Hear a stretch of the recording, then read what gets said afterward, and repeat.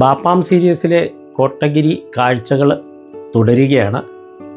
നമസ്കാരം, ഞാൻ വിനോദാണ്. വിരാടം വിനോദം ദ 60+ യങ്സ്റ്ററിൻ്റെ പുതിയ കാഴ്ചകൾ, അതായത് ബാപ്പാം സീരീസിൻ്റെ 3ാം പാർട്ടിലേക്ക് സ്വാഗതം. ഇന്നത്തെ കാഴ്ചകൾ കോടനാട് വ്യൂ പോയിൻറ്റും അതിനോടനുബന്ധിച്ചുള്ള കാഴ്ചകളും ഒക്കെയാണ്. അപ്പം നമുക്ക് നേരെ വീഡിയോയിലേക്ക് പോകാം. ഞങ്ങൾ റൂമിൽ പോയി ഒന്ന് സെറ്റിലായി പുറത്തേക്ക് ഇറങ്ങി. റൂമിൻ്റെ വീഡിയോ നമ്മൾ ഇട്ടിട്ടില്ല, അത് ഏറ്റവും അവസാനം ഇടാം. ഹാനീസ് റിസോർട്ട് എന്നാണ് അതിൻ്റെ പേര്. ചെറിയൊരു റിസോർട്ടാണ്. അപ്പോൾ അതിൻ്റെ കാഴ്ചകൾ പിന്നീടിടാം, അതിൻ്റെ പ്രദേശത്തെക്കുറിച്ചൊക്കെ പിന്നീടിടാം. ഈ കോടനാടേക്കുള്ള യാത്ര ഭയങ്കര രസകരമായിട്ടുള്ള സ്ഥലമാണ്. നിങ്ങൾ പോയിട്ടുണ്ടോ എന്നറിയത്തില്ല. നല്ല ചുറ്റുപാടും തേയിലത്തോട്ടങ്ങളും പച്ചപ്പും ഒക്കെ നിറഞ്ഞ നല്ല രസകരമായ റോഡും ഒക്കെയുള്ള ഒരു സ്ഥലമാണ് കോടനാട്. കോടനാടിൻ്റെ പ്രത്യേകത, കോടനാട് നീലഗിരീസിൻ്റെ ഒരു എഡ്ജാണ്, ഒരു വക്കാണ്. ഏതാണ്ട് 6000 അടി ഉയരത്തിലുള്ള നീലഗിരി കുന്നിൻ്റെ എഡ്ജാണ്. അപ്പോൾ അതിൻ്റെ താഴെയുള്ള താഴ്വരകൾ നമുക്ക് കാണാം. അതുപോലെ കാതറിൻ വാട്ടർഫാളൊക്കെ കാണാം. അതുപോലെ മേഘങ്ങൾ താഴെ കൂടെ ഒഴുകി നടക്കുന്നത് കാണാൻ പറ്റിയ ഒരു സ്ഥലമുണ്ട്. അതാണ് കോടനാട് വ്യൂ പോയിൻ്റ്. ഈ മേഘങ്ങൾ താഴെ കാണാൻ പറ്റുക എന്ന് പറഞ്ഞാൽ ഒരു യോഗമാണ്. പോകുന്ന വഴിക്കാണ് ഇതാ ഈ സ്ഥലം കാണുന്നത്. നമുക്ക് എന്തൊരു ഭംഗിയായിട്ടാണ് നോക്കി. ഇത് എസ്റ്റേറ്റ് തൊഴിലാളികളും റിസോർട്ടുകളും ഒക്കെ ഉണ്ടെന്നാണ് അതിനകത്ത് പറയുന്നത്. നല്ല രസമുണ്ട് അത് കാണാനായിട്ട്, പ്രത്യേകിച്ച് ഈ വൈകുന്നേരത്തെ വെയിലിൽ കാണാനായിട്ട്. നല്ല രസകരമായിട്ട് റോഡ് സൈഡിലൊക്കെ പൂക്കളൊക്കെ നിരന്ന് നിൽക്കുന്നു.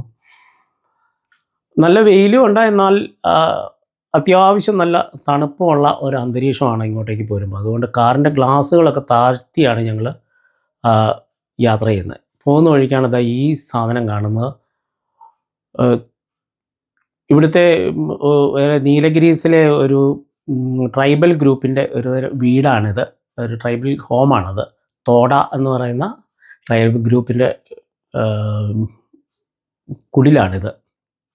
അപ്പോൾ ഇവിടെ വെച്ച് ഞങ്ങൾ കോട്ടൊക്കെ ഇട്ടു. കാരണം ഇനി അങ്ങോട്ട് പോയാൽ അത് തന്നെയല്ല, വൈകുന്നേരം ആയി തുടങ്ങി തണുപ്പുമൊക്കെ തുടങ്ങും. അപ്പോൾ എല്ലാവരും കോട്ടിലേക്കൊക്കെ മാറി.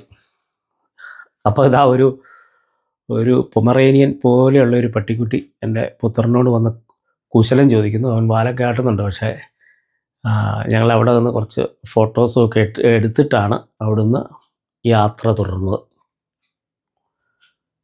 നല്ലൊരു അന്തരീക്ഷമാണ്, നല്ല ഒരു ലൈറ്റും ഒക്കെയാണ്. ഗോൾഡൻ അവർ എന്ന് പറയാവുന്ന അവറാണ്. അതുപോലെ വൈകുന്നേരം ആയതുകൊണ്ട് നല്ല ഫോട്ടോ ഒക്കെ എടുക്കാൻ ഉള്ള നല്ല രസകരമായ ഒരു സ്ഥലമാണ്.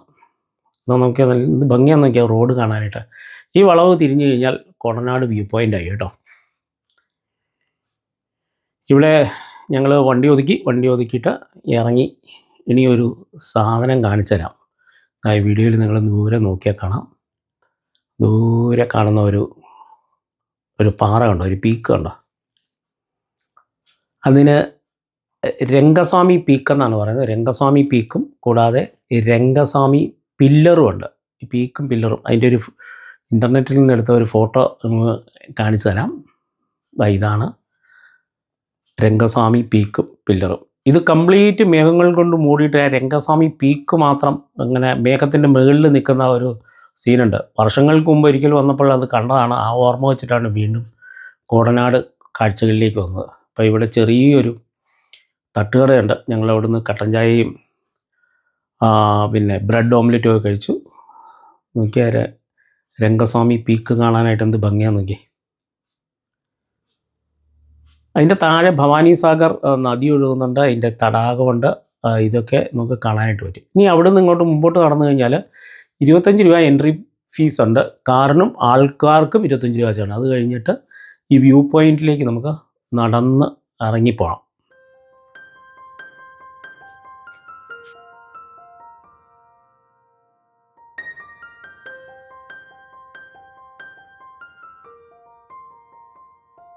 നല്ല കാലാവസ്ഥയാണ്. മോനാണിപ്പോൾ വീഡിയോ എടുക്കുന്നത്. അവൻ്റെ ഒരു കമൻറ്റ് കേൾപ്പിച്ചു തരാം. വീഡിയോയിൽ ഫുൾ അച്ഛൻ്റെ മുട്ടത്തല്ലേ. ഞാൻ കുറെ അവോയ്ഡ് ചെയ്യാൻ നോക്കി, പക്ഷെ അച്ഛൻ മുമ്പിൽ നിന്ന് മാറുന്നില്ല. ഇതൊക്കെയാണ് ഈ യാത്രകളിലെ രസം. ഞാൻ നല്ല കാലാവസ്ഥയാണെന്ന് പറഞ്ഞെങ്കിലും ഈ വ്യൂസ് ഒന്നും കാണാൻ വെളുത്ത രീതിയിലുള്ള ഒരു തരം മിസ്റ്റും ഉണ്ട് കേട്ടോ. എന്നാൽ നല്ല ക്ലിയറും അല്ല, പക്ഷേ വളരെ മിസ്റ്റി ആയിട്ടുള്ള ഒരു സ്ഥലമാണ്. നമുക്ക് ഇതൊരു വ്യൂ പോയിൻ്റാണ്. ഈ വ്യൂ പോയിൻറ്റിൽ ഇവിടെ കയറി നിന്ന് കഴിഞ്ഞാൽ നമുക്ക് ഈ രംഗസ്വാമി പില്ലറും താഴെയുള്ള വാലീസും ഒക്കെ നമുക്ക് കാണാൻ പറ്റും.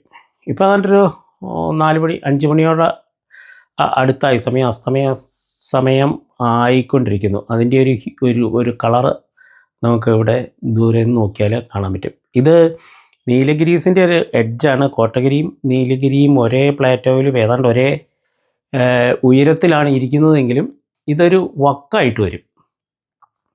അതുകൊണ്ടാണ് ഈ വ്യൂ പോയിൻറ്റിൽ ഇവിടെ ഇത്രയും ഭംഗിയും ഇതുപോലെ ആൾക്കാർ ഉള്ളത്.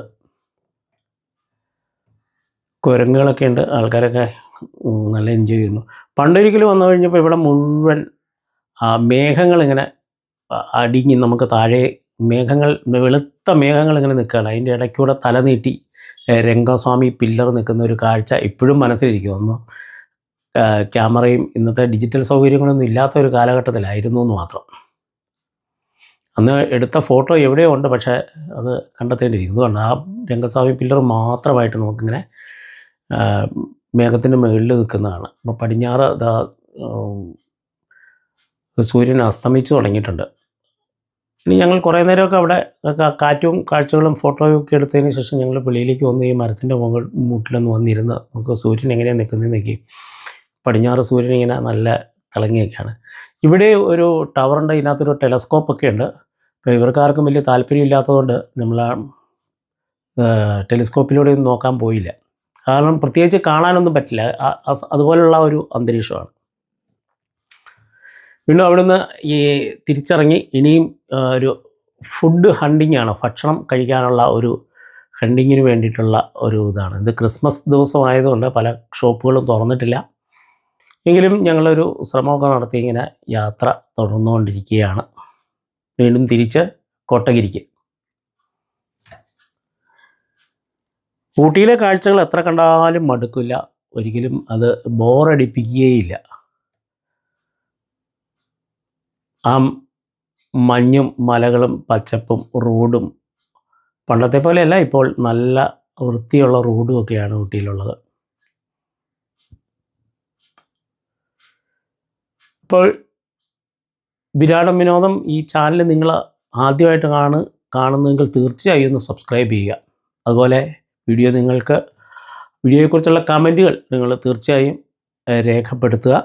കൂടുതൽ കാഴ്ചകൾ, കൂടുതൽ വിശേഷങ്ങളുമായിട്ട്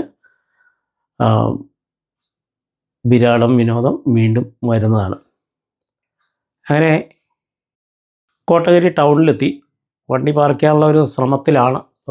പാർക്ക് ചെയ്യാൻ സ്ഥലമില്ല എന്നുള്ള ഒരു വലിയ പ്രശ്നമുണ്ട്. അതുകൊണ്ട് ഹോട്ടലുകളുടെ മുമ്പിലൊന്നും പാർക്ക് ചെയ്യാനും പറ്റുന്നില്ല. അങ്ങനെ വട്ടം കറങ്ങി നടക്കുകയാണ്. അങ്ങനെ നടന്ന് ഇത് കാമരാജ് റൗണ്ടാണ്. കാമരാജ് റൗണ്ടിൻ്റെ തൊട്ടടുത്ത് നോക്കിയപ്പോൾ ഒരു പാർക്കിംഗ് ഒക്കെ ഉള്ള ഒരു ഹോട്ടൽ കണ്ടു. സിൽവർ ടിപ്പ് കഫേ എന്നാണ് അതിൻ്റെ പേര്. അവിടെ കയറി, പക്ഷേ നിരാശയായിരുന്നു ഫലം. അവിടുന്ന് ഞങ്ങൾ നിരാശയോടുകൂടി ഇറങ്ങി. അടുത്ത സ്ഥലം പതിയെ ഇരുട്ടൊക്കെ ആയി തുടങ്ങി. നിരാശയോടുകൂടി അങ്ങനെ വന്നപ്പോഴാണ് ഞങ്ങൾ ഈ ഓറഞ്ച് പെക്കോ എന്ന് പറഞ്ഞൊരു ഇത് കണ്ടത്. അവിടെ കയറിയപ്പോൾ അവിടുത്തെ പ്രശ്നം എന്താണെന്ന് വെച്ചാൽ അവർ 7:30 കഴിഞ്ഞ് അവരുടെ കിച്ചൺ തുറക്കുള്ളൂ. അങ്ങനെ വീണ്ടും നിരാശയായി വീണ്ടും തിരിച്ച് വന്ന് കോട്ടഗിരി ടൗണിൽ തന്നെ ഒരു ഡ്രൈവ് ഇൻ റെസ്റ്റോറൻ്റ് ഉണ്ട്. നമ്മൾ ആദ്യം ശ്രദ്ധയിൽ പെടാതെ പോയതാണ്, അന്നലക്ഷ്മി. അവിടെ ഇറങ്ങി. നല്ല സുന്ദരമായിട്ടുള്ള ഫുഡായിരുന്നു. അത് കഴിച്ച് ഞങ്ങളുടെ താമസ സ്ഥലത്ത് എത്തി. വീണ്ടും അടുത്ത വീഡിയോയും അടുത്ത കാഴ്ചകളുമായിട്ട് വരുന്നവരെ എല്ലാവർക്കും നന്ദി.